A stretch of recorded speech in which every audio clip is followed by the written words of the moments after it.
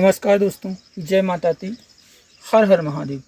बहुत से लोगों ने कमेंट किया कि आप एक गुरु के ऊपर वीडियो बनाइएगा और हमें बताइएगा कि हम एक सिद्ध गुरु तक कैसे पहुँचें। तो उन लोगों के लिए स्पेशल वीडियो है और जो इसे मनोरंजन के लिए देख रहे हों कि जिसमें अच्छी सीन यहाँ पे कोई चलना चाहिए या होना चाहिए वो होना चाहिए, तो कृपया करके उनसे निवेदन है कि वीडियो को स्किप कर दें, मत देखें।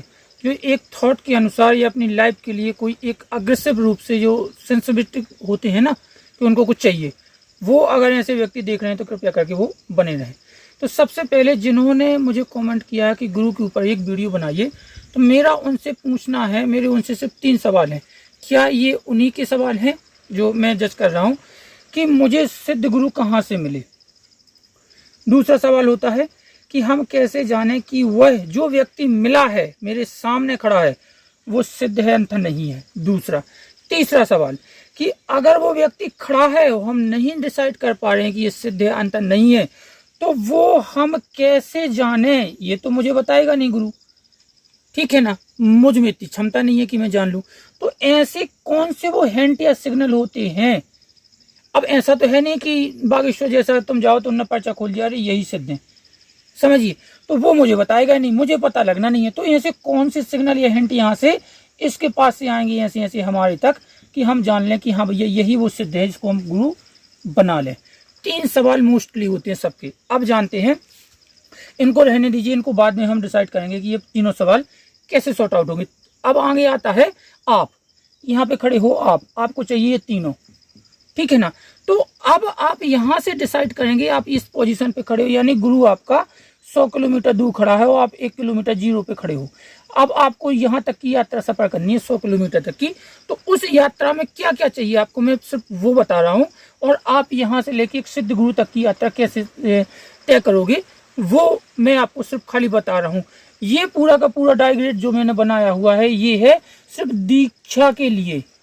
जब हम दीक्षा लेंगे उस गुरु से जो ऐसा मिल जाएगा, तो ये सारी चीजें जो मैंने बताई रखी हैं, ये सारी चीजें वहां पे लागू हों, तब आप एक परफेक्ट, मतलब 100 में से 100% आपको रिजल्ट मिलेगा। तो अब हम बात करते हैं आप यहाँ पे खड़े हो, ठीक है। अब आपके सामने मैं एक क्वेश्चन पैदा कर रहा हूँ, खड़ा कर रहा हूँ कि आपको गुरु बनाना किस लिए है। सबसे पहले तो आप ही डिसाइड कीजिए कि मुझे गुरु चाहिए, तो चाहिए क्यों। या तो आप साधक हो, या अच्छी पूजा कर रहे हो, या भगवान में लीन होना चाहते हो। मतलब क्या, मेरे कहने का मतलब क्या, मोक्ष प्राप्त करना है आपको, या तांत्रिकगिरी सीखनी है, जैसे कि कई सिद्धि फिद्धि कर लेते हैं जो अपना चमत्कार दिखाते हैं, क्या वो करना है, या फिर आपके परिवार को उन्नत करना है। मतलब गुरु बना रहे, हमें मोक्ष भी मिल जाए, हमारा परिवार भी चलता रहे, सब कुछ ठीक ठाक चलता रहे, ठीक है। या फिर सिद्धि देने वाला हो, जैसे बागेश्वर, या कई प्रकार के हैं, बागेश्वर का मैं ज़्यादा नाम लेता हूँ। या फिर आपका उद्देश्य ये है कि ऐसे ही बना लेते हैं, देखते हैं अभी ये बहुत सिद्ध है, प्रसिद्ध है, और 3 दिन बाद, 5 महीना बाद, 1 साल बाद आपको उनमें कोई फॉल्ट दिखा, अरे यार ये गुरु तो गलत हुई, ये मैं सोच ही नहीं सकता था कि ये राम बाबा निकलेंगे, राम रहीम निकलेंगे, ऐसा निकलेंगे, वैसा निकलेंगे। या ऐसे ही गुरु बनाना है टेस्ट करने के लिए, ये आपको तय यहाँ पे करना है।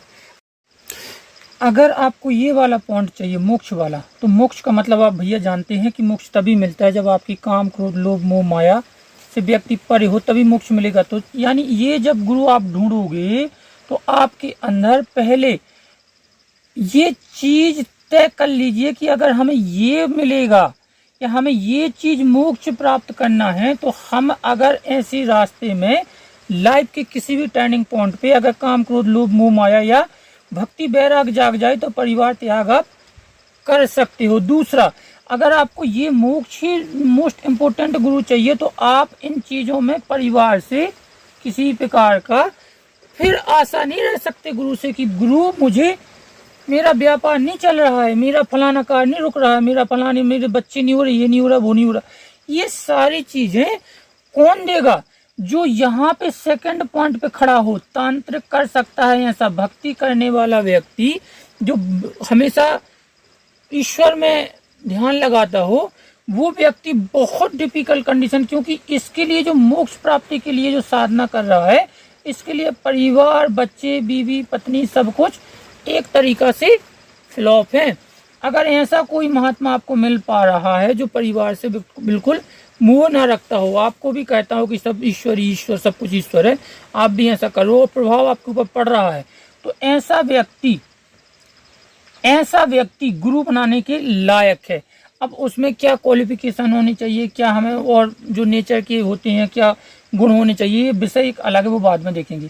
अब यहाँ जो तांत्रिक गुरु है, जैसे आपके अंदर एक विषय एक वो है कि हमें मोक्ष भी मिल जाए और हमारा परिवार भी चले, या हमारे हमसे कोई बोल ना पाए, या हमें अगर कोई लड़ता है हमसे तो फटाफट हम उसका फाइट कर लें, या हमारे अंदर कोई जादू टोना ना कर पाए या किसी।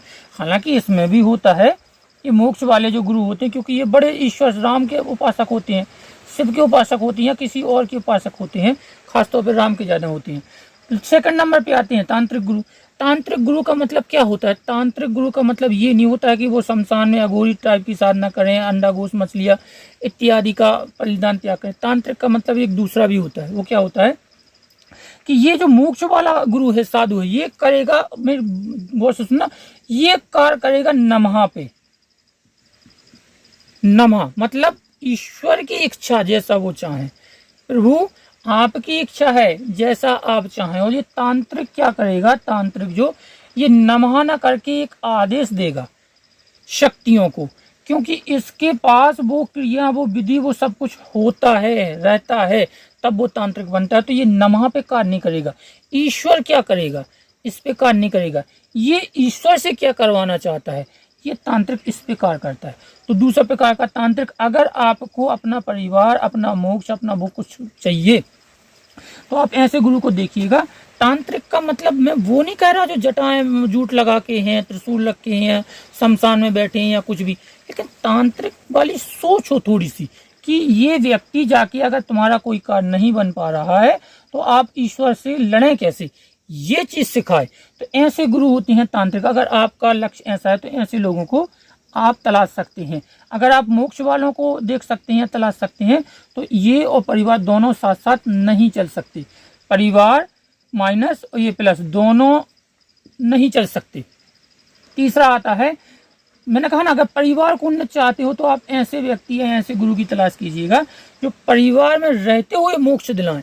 परिवार में रहते हुए का मतलब ये है कि अगर आपका परिवार कुछ गड़बड़ चल रहा है, हालांकि ये काम ये भी कर सकते हैं, मैंने पहले भी कहा, लेकिन तांत्रिक लोग क्या होते हैं कि लड़ जाते हैं, किसी भी शक्ति से लड़ जाते हैं। उनके अंदर एक कैपेसिटी होती है कि वो ऐसा क्यों नहीं हुआ, इस चीज़ पे एक कार्य करती हैं। और ये मोक्ष वाले क्या होते हैं कि प्रभु आपकी इच्छा है। हालांकि ईश्वर भी इच्छा पूरी करता है, लेकिन कितना समय लगेगा, कितना लगाएंगे, वो एक अलग विषय है। तीसरा आता है, अगर आपके अंदर सिद्धि कुछ प्राप्त करने की इच्छा है, तो ये जो सिद्धि देने वाले संत हैं, बात ध्यान दीजिए, ये कभी हनुमान जी की सिद्धि नहीं देंगे, ना हो ही नहीं सकती। अगर उनके पास ये हनुमान जी की सिद्धि है तो हनुमान जी का मतलब दास, समझिए, दास का मतलब है अपने प्रभु की सेवा करना, अपने गुरु की सेवा करना, ईश्वर की सेवा करना।